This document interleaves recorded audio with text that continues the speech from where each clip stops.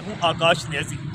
जाग उठा है सारा वतन, ये आपने सुना तो था, मगर ये उस वक़्त नगमा आया था जब 1965 की जंग हुई थी, और अब ये 2024 में ये दोबारा नगमा इस कौम की आवाज़ बन चुका है। जाग उठा है सारा वतन, अब ये वतन वाकई ही जाग चुका है। वो लोग जो 1976 सालों से सो रहे थे, आखिरकार हर शख्स की आंख खुल चुकी है, और हर शख्स वो तब्दीली के ख्वाब जो देखता था, शायद अब तब्दीली आ चुकी है। और नाज़रीन, इस वक्त हमने देखा कि ज़िला गुजरात में पंजाब और पूरे पाकिस्तान के मुल्क के अवाम ने इस बात का सबूत दिया है कि अब दुनिया बदल चुकी है। पाकिस्तानी कौम किसी की चुदराहट कबूल करने को इस वक्त तैयार नहीं है। एक दौर था जब पाकिस्तान में बड़े बड़े सियासी खानदानों को वोट दिए जाते थे, एक चौधरी आता था और पूरे गांव के वोट जाकर बेच देता था, और जिस तरह चाहता था लोगों के अपने जो हक राय दही था उसे फरोख्त भी करता था, उससे फ़ायदा भी उठाता था। मगर अब आपने देखा कि इस बार हर घर में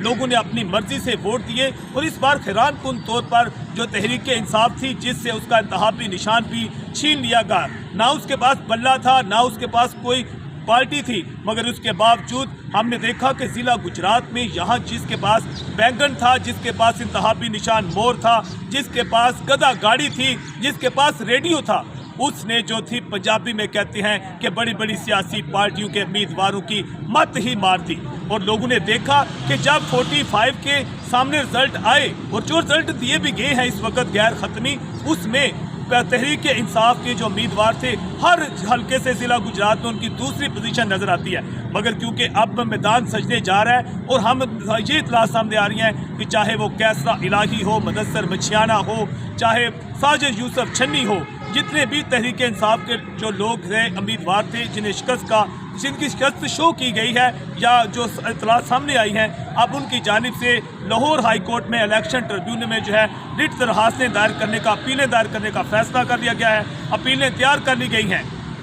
और जो परवेज़ इलाही हैं वो कि उनको उनके अपने ही जो बांझे थे चौधरी सालिक हुसैन के शिकस्त की तरफ से शिकस्त दी गई है। अब ये इतला सामने है कि वहाँ भी रिट पटिशन दायर की जा रही है, और दूसरी जानिब जो थी कैसरा इलाही, सुमेरा इलाही, वो भी सूबाई हल्कों पर रिट पटिशन दायर कर रही हैं, और आइंदा चंद रोज़ के दौरान दोबारा गिनती के हवाले से भी रिट पटिशन दायर की जा रही हैं। और इस बात का अमकान जाहिर किया जा रहा है कि शायद अगले 2-3 हफ्तों के दौरान जो है ज़िला गुजरात की जो सीटें